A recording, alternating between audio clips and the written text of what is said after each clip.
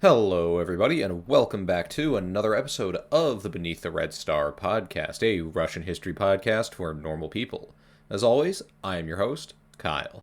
And today, I have somewhat of a strange, little off the beaten path episode. I am pretty certain that y'all are not going to know about this one.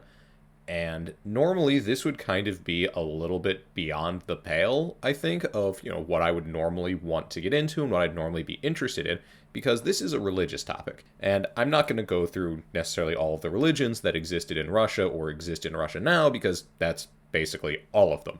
There are a bunch of religions that do exist and have existed within Russia for centuries. We will get a little bit more later into Eastern Orthodoxy, particularly its roots, maybe a little bit of the practices and the influence it has on maybe, say, modern politics, but that is definitely for a later date, and to be perfectly honest, may not happen at all, because, to be perfectly honest, it is important to understand Eastern Orthodoxy, to understand Russian culture, but it's really more so important to understand that Eastern Orthodoxy is important, not necessarily to understand all of the kind of ins and outs of the religion. But I'm going to be talking about two religions in particular today, and one of them is the religion that we have talked a little bit about already, which is the religion of the Old Believers, or the Staroviershi. And the reason that we're going to be touching on the Old Believers is because this is a very important religion already, as we've seen in a couple instances, for a lot of dissidents and rebels, and has been a group within the Russian Empire that has been the target of quite a bit of repression and oppression by the Russian government. So I think it is important to know a little bit about them, where they come from, and who they are, because they are going to continue to pop up in a bunch of different areas. And the second group is a much smaller group, one that doesn't really exist anymore, and maybe hasn't existed for a long time. We don't really know, because this is a really kind of weird, obscure subsect of the kind of Protestant. I don't really want to say Protestant, because they weren't really Protestants in the kind of Protestant Catholic split, but Protestant against, or I guess puritanical, maybe. I'm not really sure what the correct word would be.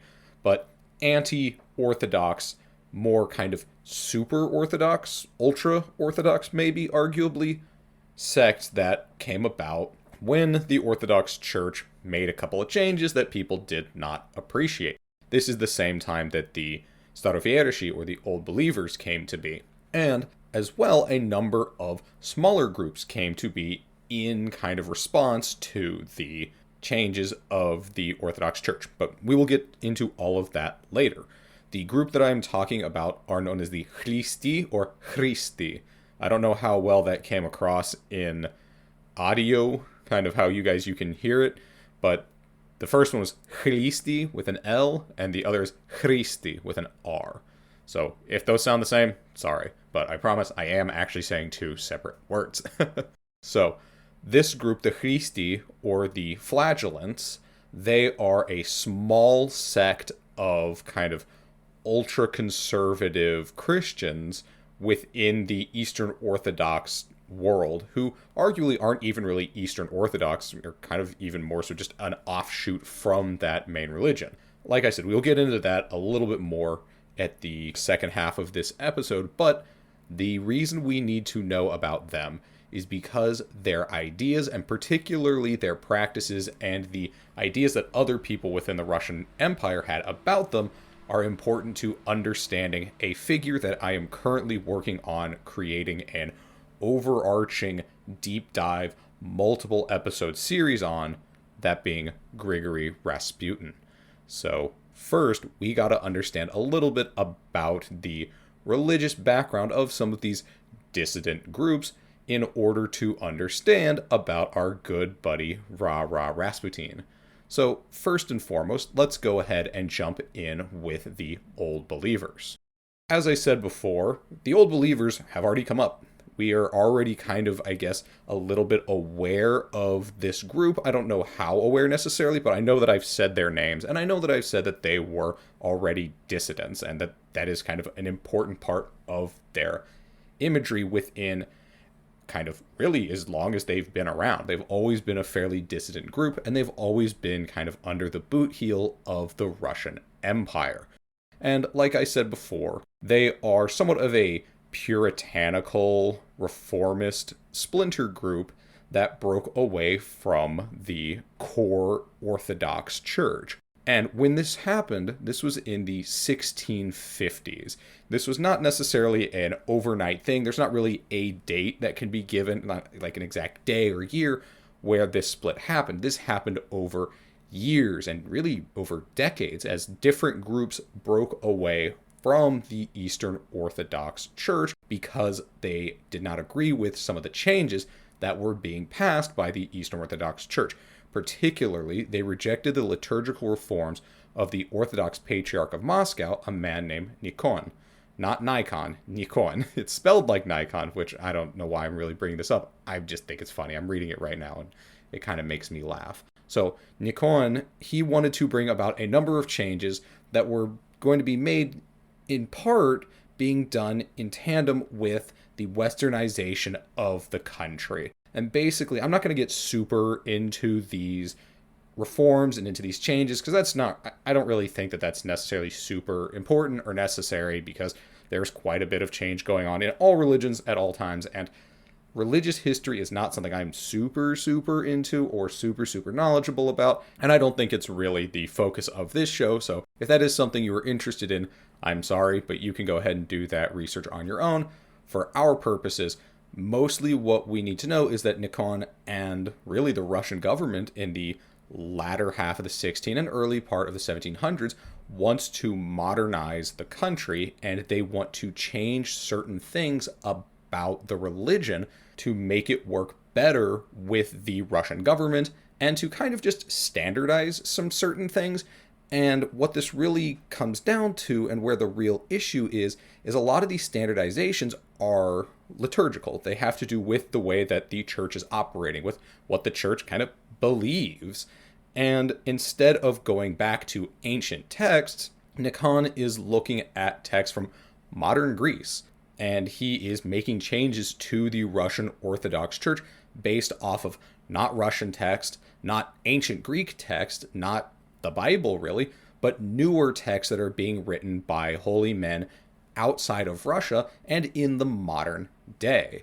And there was quite a bit of fairly strong opposition to this at this very moment, because a lot of the Orthodox practitioners saw these changes as kind of being anti-Russian.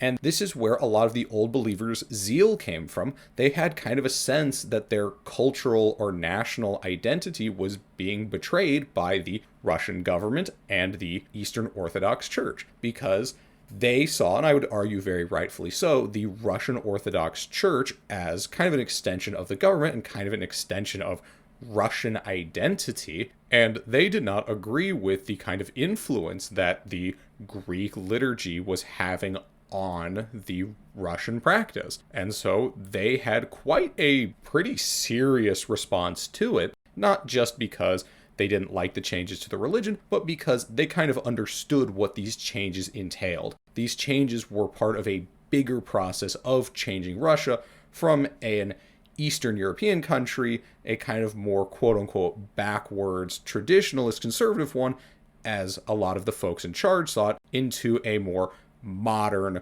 Western-facing metropolitan country, which is, while that was something very popular for the folks in charge and arguably would have made Russia a lot of money and power, it was not something that the folks on the ground were particularly interested in. They did not care about making Russia a powerful military player. They did not care about Russian economic issues. They were more concerned about maintaining their culture and maintaining their traditions. And so what did the Russian government do as a response to this kind of pushback?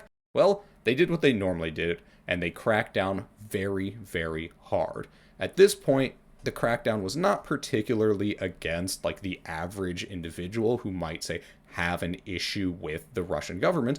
Instead, this was targeted against the leaders of the kind of burgeoning old believer religious organization, because this was a entire society encapsulating movement. It wasn't just folks on the ground, it was also people within the Eastern Orthodox church hierarchy. There were a number of priests and pastors, and I'm not exactly sure what all the Eastern Orthodox names and titles are. I'm not even Christian, so I could be using all kinds of wrong stuff. So, clergy people. There were clergy people who did not like these changes, and the Russian government executed a number of them and then exiled a whole bunch of them to Siberia and to far north Russia, basically just to get them out of power. They were threatened by these people, and they saw them as being backwards and kind of wrong-headed, and said, we don't want these people near the mechanisms of power, we want them to go away. And so, well, what the Tsar wants, the Tsar gets. And also what the Eastern Orthodox Church wants, the Eastern Orthodox Church gets. So, away these people went. And, as you might imagine, this didn't actually do a whole lot. Instead, it really kind of fanned the flames. A lot of people became upset with the Russian government. And, again, I would argue rightfully so. They saw the actions of the Eastern Orthodox Church as the actions of the government. And, well, they responded in the way that they so often do. That being the folks on the ground, there was violence as a response to the state violence. People were not happy about their, say, local priest being disappeared or executed or whatever may have happened to him. Maybe, say, being taken out of the clergy, being rejected, being kicked out. People didn't like that. And so there were revolutions, there were rebellions. Arguably, even Pugachev's rebellion, which happened as late as the 1770s, was a part of this revolutionary, rebellious response to the government of Russia. And as we talked about earlier with serfs, Pugachev was not the only person rebelling at this time. He was, of course, kind of the most famous and who had the biggest threat level to the Tsar, but he was not the only one. At the same time, there was the Razin Rebellion and the Bulavin Rebellion. And what's interesting about these is they weren't necessarily religious revolutions like Pugachev's, much the same way. They weren't necessarily religious. None of them were. But the displeasure and anti-government sentiments of the old believers and the cracking down of the Russian government via serfdom and in support of serfdom and movement restrictions were tapped into by these revolutionaries. A big draw for these revolutionaries was they were against the government. They wanted to fight the government, and some of them, like Pugachev, even had backgrounds within the old believers, who at that time would have been a relatively newer sect, especially compared to the closing in on 1,000-year-old Eastern Orthodox sect. So these people, like Pugachev, Razin, and Bulavin, they were able to tap into this kind of religious fervor against the government. And when I say religious fervor, I mean it big time.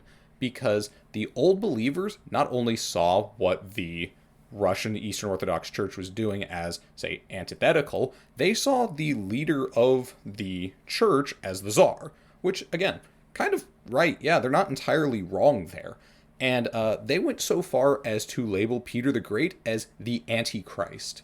These people were not fans. So they were big parts of these rebellions. Even if the rebellions themselves were not always necessarily religious, they did generally have a certain religious kind of degree to them.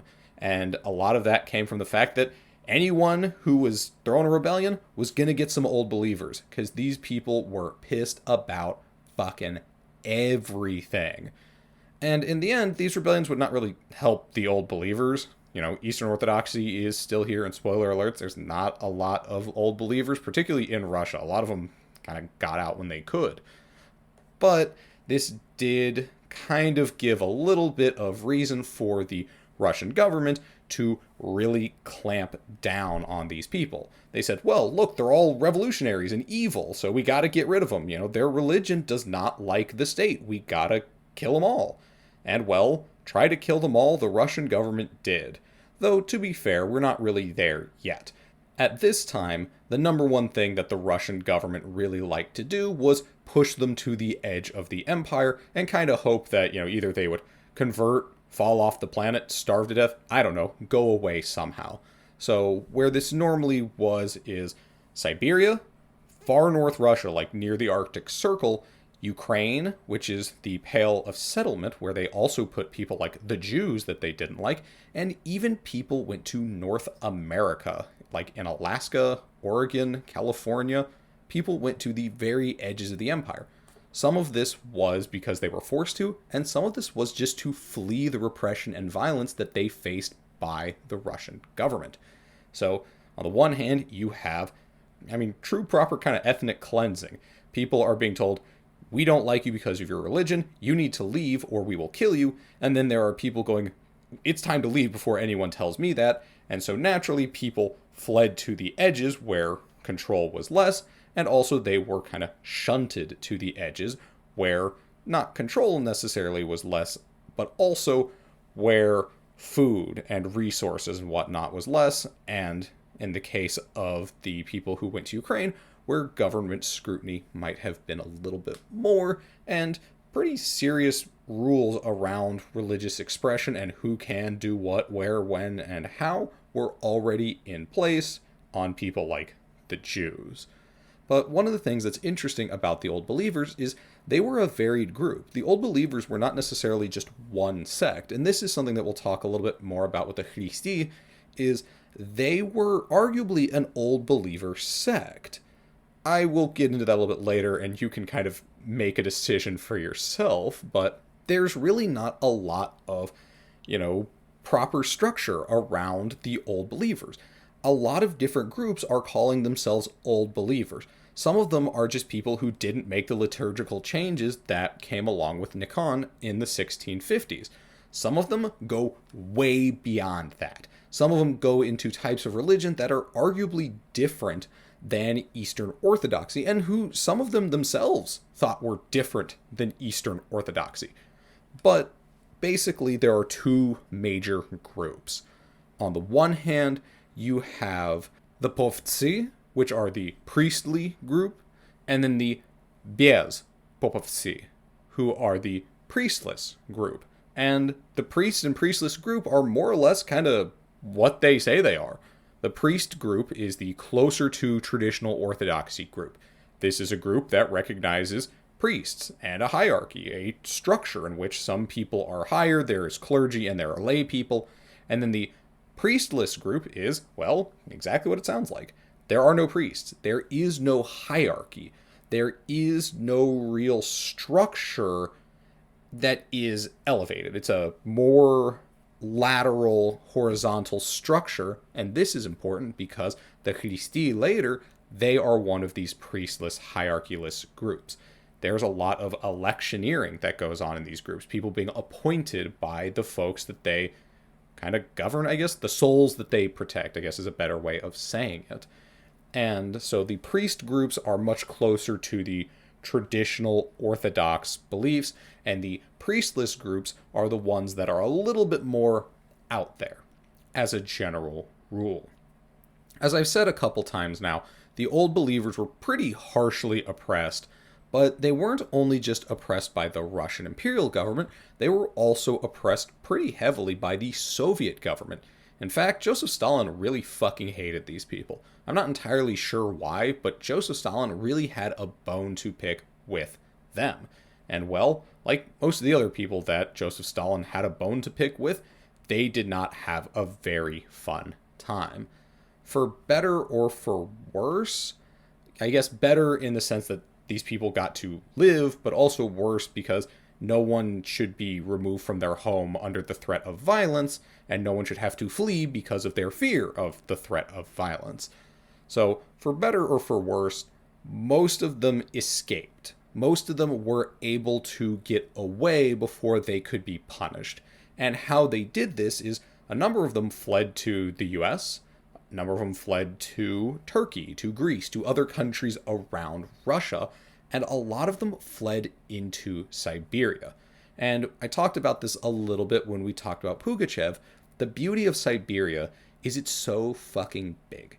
And this is a theme that will become, I think, a little bit apparent throughout the history of Russia. Siberia is basically impossible to govern. It is to this day an area where people who are not necessarily on board with the Russian government still go to. It is an area that has less strict government control.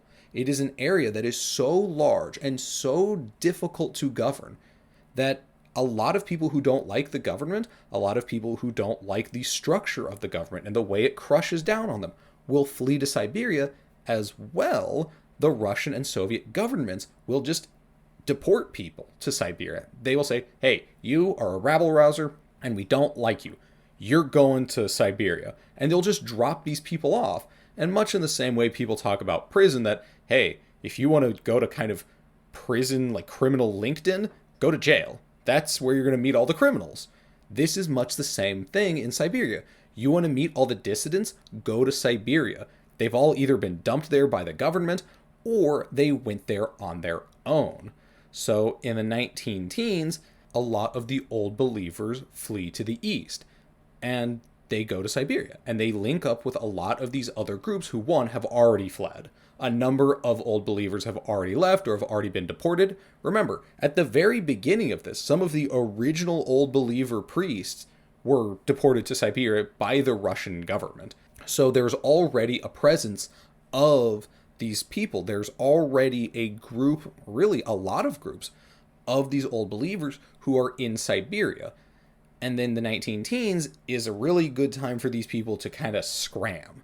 A lot of the controls on people moving are falling apart because the 19 teens and 20s are a time of revolution and civil war within the dying Russian Empire and burgeoning Soviet Union. So it's much easier to move as basically the entire country is falling apart at the seams, and it's a really good time to do it because this is also a time of very intense racialized and religious violence. So they pick up their stuff and they go to Siberia. Chiefly, a lot of the old believers at this time are moving to the areas of Tuva and Altai, which are both near to the border with Mongolia. And they were pretty out in the middle of nowhere. I have not been to Altai, but I've been close.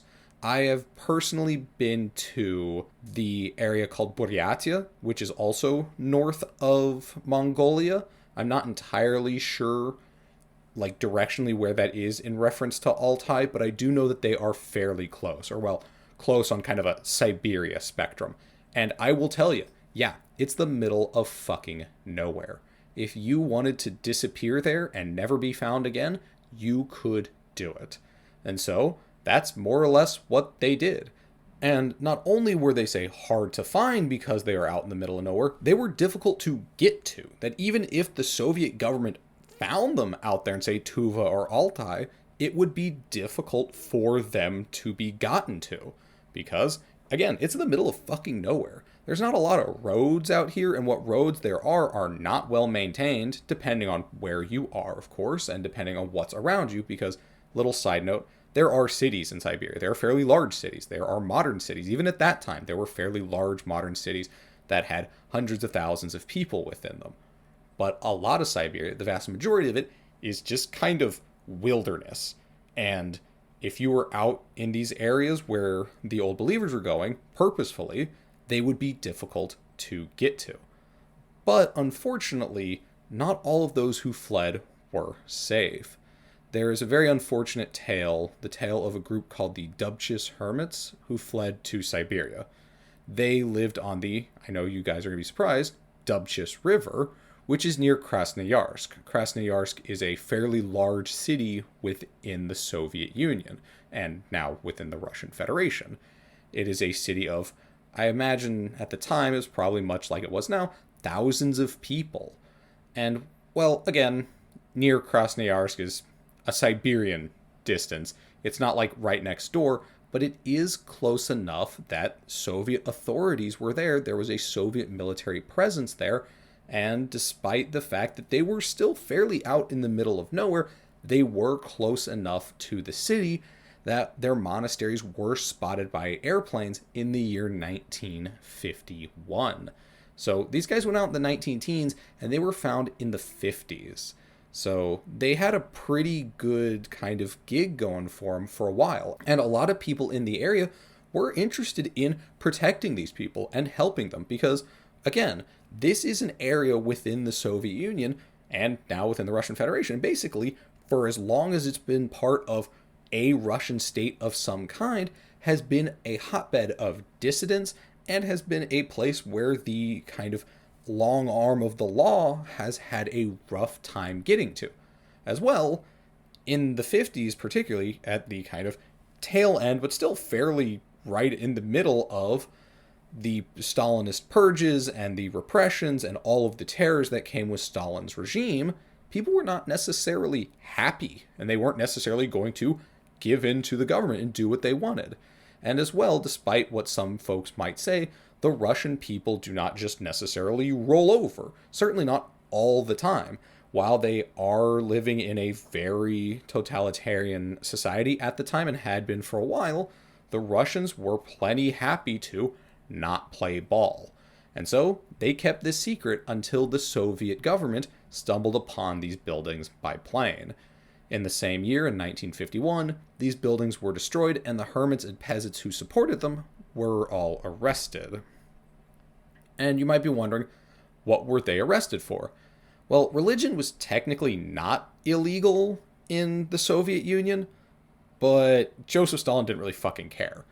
Joseph Stalin was Joseph Stalin, and he really didn't like religious groups, and as I stated before, he really fucking hated the Old Believers. I really don't know why, but he just had a bone to pick with these people.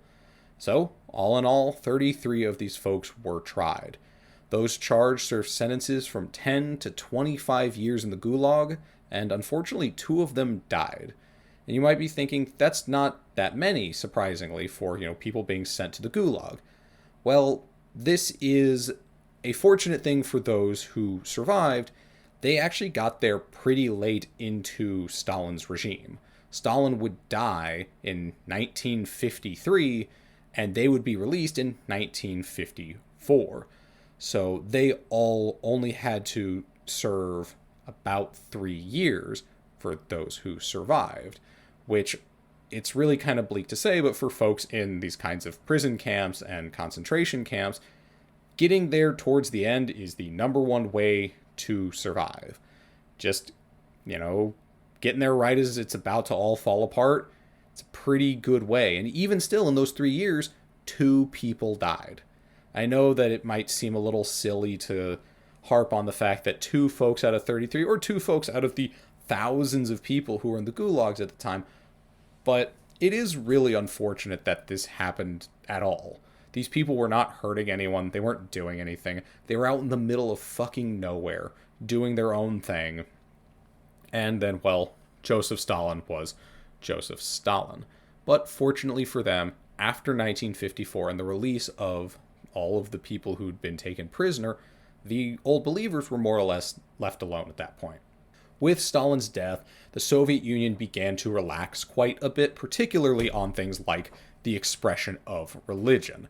But, as you might have expected, the Old Believers didn't really fucking care. They were not exactly excited to be a part of the Soviet Union, and they did not exactly trust the Soviet Union. So, no one really knows how many Old Believers there were, and we certainly don't really know how many there are now. It's kind of interesting, because you will hear people talk about the Old Believers almost as if it's like a group that is like almost made up. That they're like, oh yeah, no, there's Old Believers out in the woods somewhere, almost like a fairy tale. But they're very real. They're real people. They were then and they are now. But because of this very long, very violent history of repression, they keep to themselves, they don't really engage with others, and they try very, very hard to kind of fly under the radar. And, well, here's a good reason as to why. At its peak in the 17th to 18th century, so that's going to be the 16 and 1700s, it was believed that there were likely millions of Old Believers. Now, they're incredibly spread out, and they're on continents, like basically all of them. The Old Believers had a diaspora, and they fled to basically all corners of the planet. So it's really difficult to get a tab on how many there are, where they all are. And again, especially because a lot of them are specifically trying not to be found and are kind of a little standoffish to outsiders. So we don't really know. The best info that I have is that in the early 1970s, it was believed that there were about 800,000 old believers in Russia. And despite what I was saying about the fact that they are everywhere, I think it is fairly safe to say that Russia would have the majority. So in about 200 years, we went from millions to less than a million in their homeland. And now, of course, some of these people weren't killed. Some of these people didn't flee. Some of these people converted. Maybe, they just got tired of it. Maybe they became atheists. Maybe they whatever. Maybe it was something that they themselves decided to do. But the Soviet Union made a lot of people give up their religion, at least on paper, to protect themselves. They did it to protect their jobs, to protect their lives, to protect their family, to protect what little freedoms they had under a fairly authoritarian rule. So I think it says a pretty clear story as to what happened to these people. They faced a lot of oppression, not just the oppression of the Soviet Union, which a lot of groups, particularly religious groups, did face, but they also faced a very special persecution, both before and even still after Joseph Stalin and his most severe issues with religion. And so, to this day, if you find old believer groups, particularly those in Russia, but also outside of Russia and the ex-Soviet Union, you will find that they are not particularly interested in outsiders. They're not particularly interested in anyone else. And they more or less just keep to themselves and do what they want. Just kind of keep living the way they more or less always have. For those of us in the United States, these are people that are actually kind of easy to find in the Pacific Northwest and in Pennsylvania, of all places. There are quite a few in Pennsylvania. This was actually an area where a lot of them came into the country during the 17 and 1800s. Interestingly enough, the Pacific Northwest, particularly Oregon, while at one point much of it was a Russian colony, the folks who came over, the Old Believers, they came over in the 19th century. They showed up later, almost in the 1900s, actually, during the 19 teens, as I was saying that a lot of people were fleeing the Russian Empire. That's when the majority of them came to the Pacific Northwest. Not even earlier, which I find kind of interesting considering they would have had pretty good cause and pretty good ability to do that at really any time before. But I digress. To this day, they're still out there. They are not super popular anymore as a religious sect, and a lot of that has to do with repression and the fear of repression. So that is the story of the Old Believers. But as I said at the beginning of this episode, that is not the only story that I have for you today. No, we have not even talked about the Khlysty yet. We have a little bit, more or less just in passing. But now I want to get into this particular sect of kind of old believer, not old believer, arguably one or the other, I don't know. This particular Russian Christian sect that popped up at about the same time. So remember back in 1600s, the 1650s, there is this liturgical split. And this is where the Old Believers come from. Nikon is trying to create new changes. He's trying to create new modernized versions of kind of church functions. And people are not interested in this. And some people, again, went to priest-led and priestless groups. So this is a priestless group that appeared at this same time as a response to all of the changes that were being brought about at the time that also led to the Old Believers. But these folks took things a little bit farther. So by and large, the Old Believers were fairly insular. They were not particularly interested in, say, modern society or modern politics, but they weren't also completely against it. They weren't necessarily, precluded from it. The Khlysty were, in fact, precluded from it. The Khlysty purposefully kind of cordoned themselves off from modern society because they are what is known as an ascetic sect. So ascetics is basically not aesthetics, not looks, but ascetics. These are people who live very Spartan. They get rid of basically all of the things that they see as being unnecessary. They don't believe in luxuries. They will say, wear the same clothes at all times. Maybe not shower, maybe not eat certain things.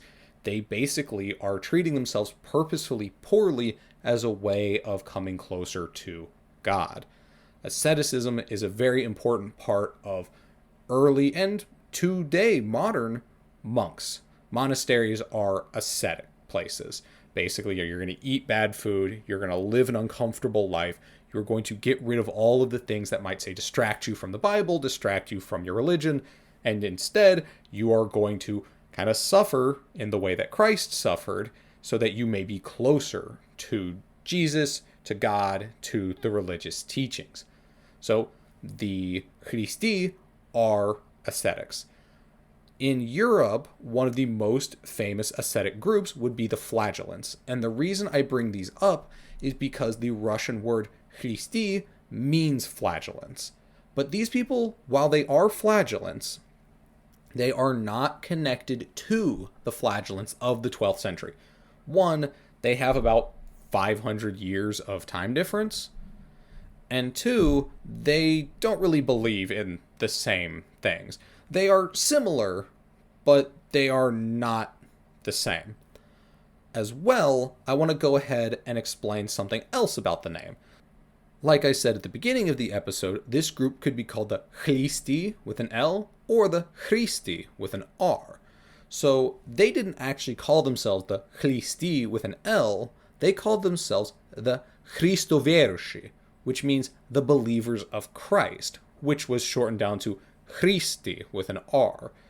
They were nicknamed the Khlysty with an L by their detractors. These were generally Eastern Orthodox folks, government people who saw them kind of as weirdos and nut jobs living out in the woods doing weird rituals.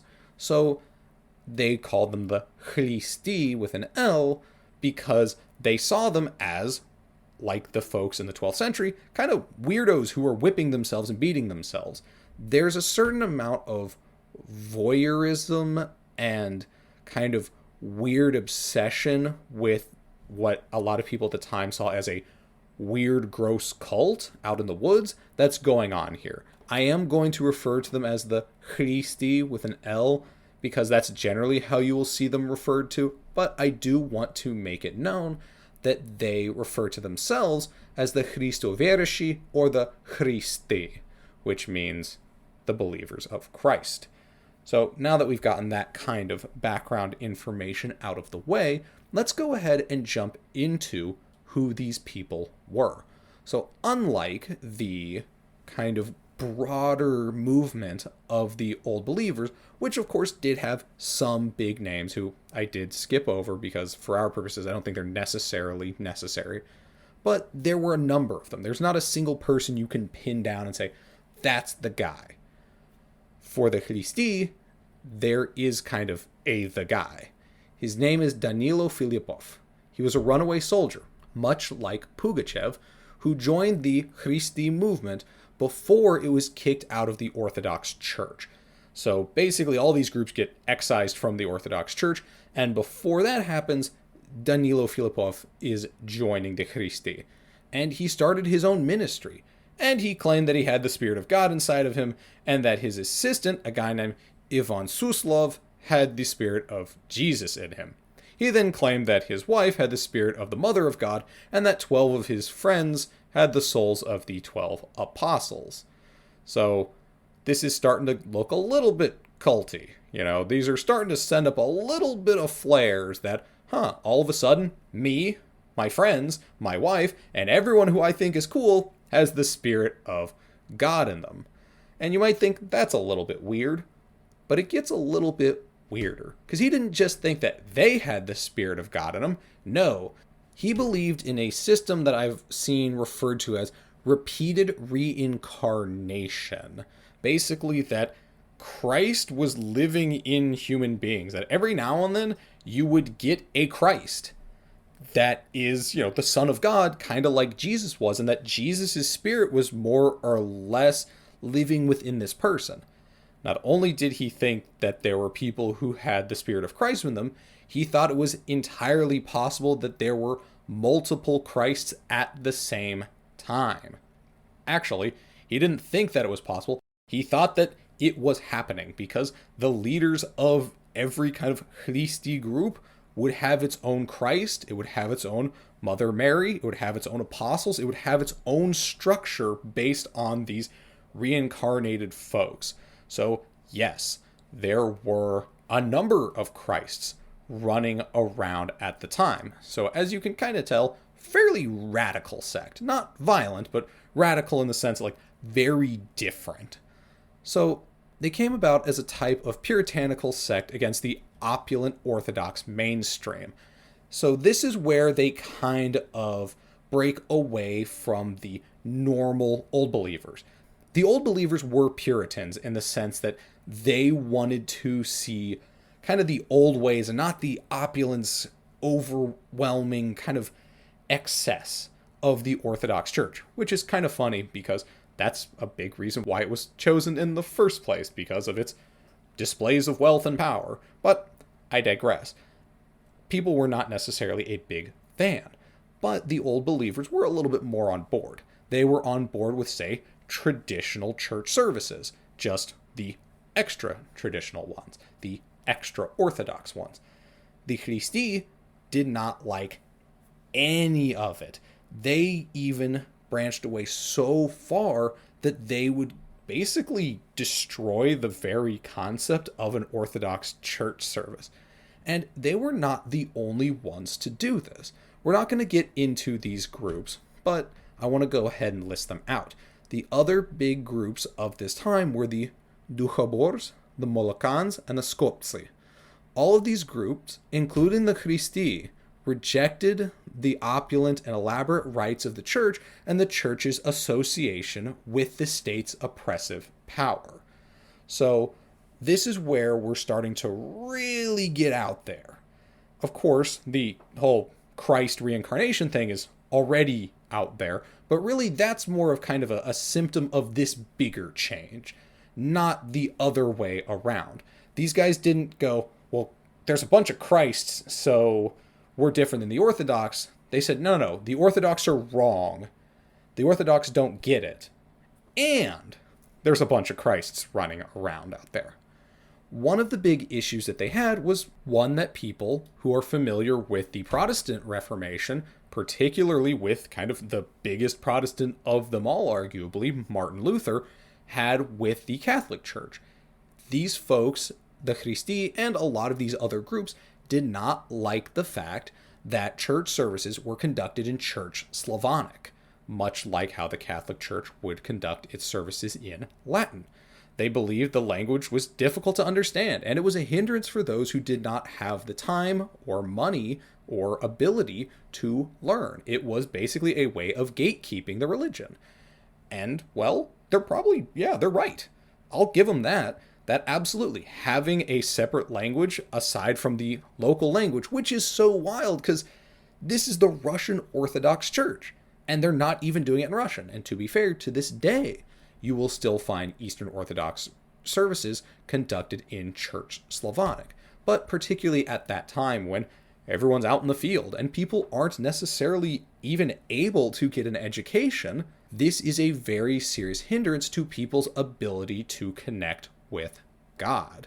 And this is where they get really, really, really out there from the, not just the ideas of the Eastern Orthodox Church, but just the very way that the church exists. These groups believed in self-guided experiences. Again, no priests, no real hierarchy. I mean, there kind of is with the Christs and stuff, but the religious services are basically all on you.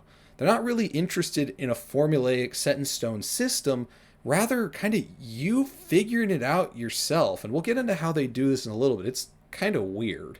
But the main thing to know at this point is basically people could just show up. And it wasn't uncommon for people to do that within Russian Eastern Orthodox, even at that time, like kind of mainstream Eastern Orthodox.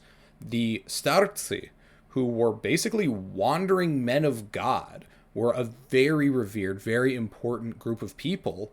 And these guys really played into that, because you could just kind of show up and they didn't really care, as long as you were willing to follow their rules, they were willing to let you kind of do your thing and vibe and figure out God. And when I say as long as you follow the rules and just vibe, I mean it. Like, they straight up rejected and banned most of the sacred books and practices of the mainstream Orthodox. The number one reason people knew scripture was so they could quote it at other people and try and get them to come over. These guys are a little bit out there. But so like I said, you have to follow their rules. And they had a lot of rules. Some pretty serious ones as well. They followed very closely 12 commandments that were handed down by Danilo Filipov. I'm not going to get into all of them, but I am going to kind of do the highlights. So, no stealing. Okay, yeah. No sex, even when married. Interesting. No drinking at all. And no telling about the rules. You do not talk about what you do with these folks. If you want in, cool, that's great. They were not necessarily closed off in the sense they're like, oh, we don't like outsiders. They were closed off in the sense that despite the fact that they wanted people to come in, they just didn't tell people. It's weird because like they would proselytize. They did want people to join, but at the same time, I guess they kept all this stuff hidden because they're like, yeah, I guess no one's going to want to do it if they go, yeah, you can't have sex, you can't drink, you can't eat pork, and, you got to live out in the woods with us weirdos. I don't know, but that's the way it went. So let's go ahead and get into how they did the kind of vibe and figure it out thing. So, as I said before, they believed that Jesus, in his spirit, could kind of just go into people, and that Jesus himself was filled with the Spirit of God, and that God would also just go fill other people with his Spirit, so you could get new Christs, new Jesus. And they believe that the possession of the Holy Spirit, you have to suffer to do that. The only way to turn into one of these Christs is to suffer. And so, well, each one of these Christs heads a congregation. These congregations were called ships, which the ships thing, the no drinking, the no pork, and some, like, even more interesting, again, depending on which group and depending on where you were and when, had some rules about, like, no coffee, no drugs, no stuff like that. It kind of sounds a little bit like Mormonism mixed with Scientology. And the Mormonism comparison is interesting because even folks in Russia kind of realized that, these guys are like Mormons, when the Mormons ultimately did show up in the 1990s. But kind of, I don't know, I wanted to put that out there because I find it interesting because there aren't a lot of Mormons in Russia at the time. The Mormons were very, very strictly not allowed in. And the first official entrance to Russia by the Mormons was in the 1990s. But one of the interesting things is when they got there, when the Mormons officially showed up in Russia, they met a bunch of Russians who were like, yeah, we know about the Mormons. Yeah, there's Mormons out there. Now, the Mormons can never find these Russian Mormons, so there's not really any proof that the Mormons were there, but they always heard about it. So, sorry, kind of getting off on a tangent, but I find that really, really interesting. So, the Christs, these are the people who lead the ships. And originally they're appointed by Danilo Filipov. And then his successors and blah-de-blah-de-blah. So you gotta suffer to be a Christ, and maybe more importantly, you gotta be friends with the guy in charge. But religious-wise, you gotta suffer. So salvation equaled the liberation of the soul from the body. And you might think, well, when you separate the soul from the body, that's just called dying. And you know what? You're not far off. That's kind of what they're talking about. The closer you can get yourself to fucking keeling over, the closer you are to God. They believed that God cared very little about the physical body and only about your soul. But, like I said, they kind of want you to die, but they don't really. These aren't an apocalyptic group. These guys aren't like, oh, yep, in a couple weeks we're all going to keel over dead. Sun, moon, explosion, whatever. No. They don't want you to die. They want you to shed your soul from your body. Which, again, sounds like dying, and it kind of is, but it's not. They want you to basically get as close to dying as possible without actually doing it. And there's a reason for this.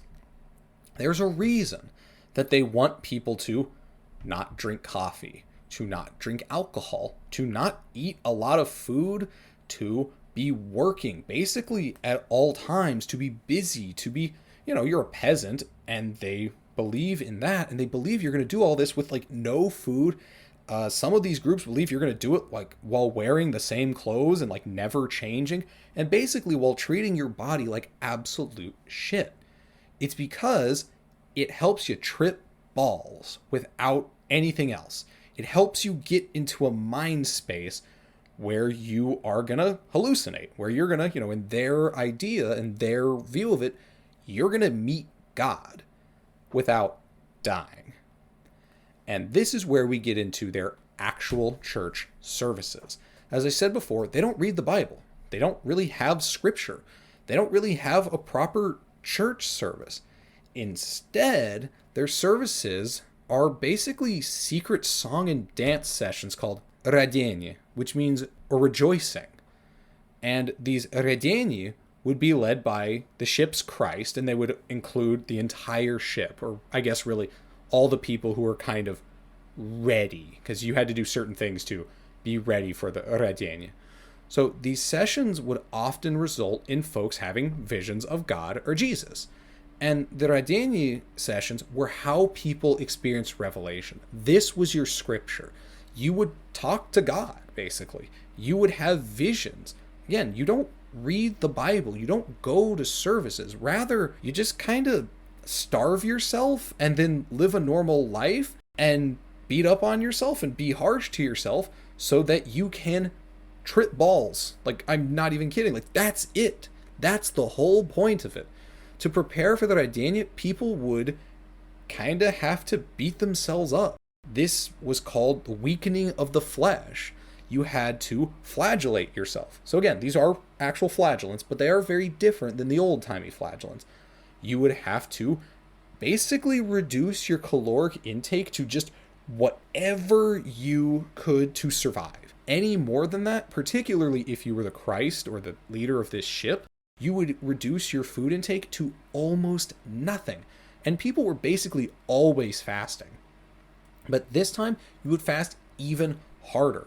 Instead of, say, eating every couple days, people would sometimes go weeks without eating in order to prepare for this radenie. So, what does this really do?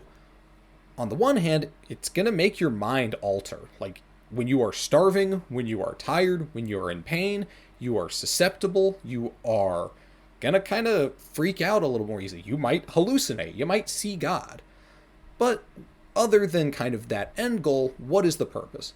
Well, as we said earlier, the Khlysty saw the flesh as evil and the soul as good. And we're gonna separate the two.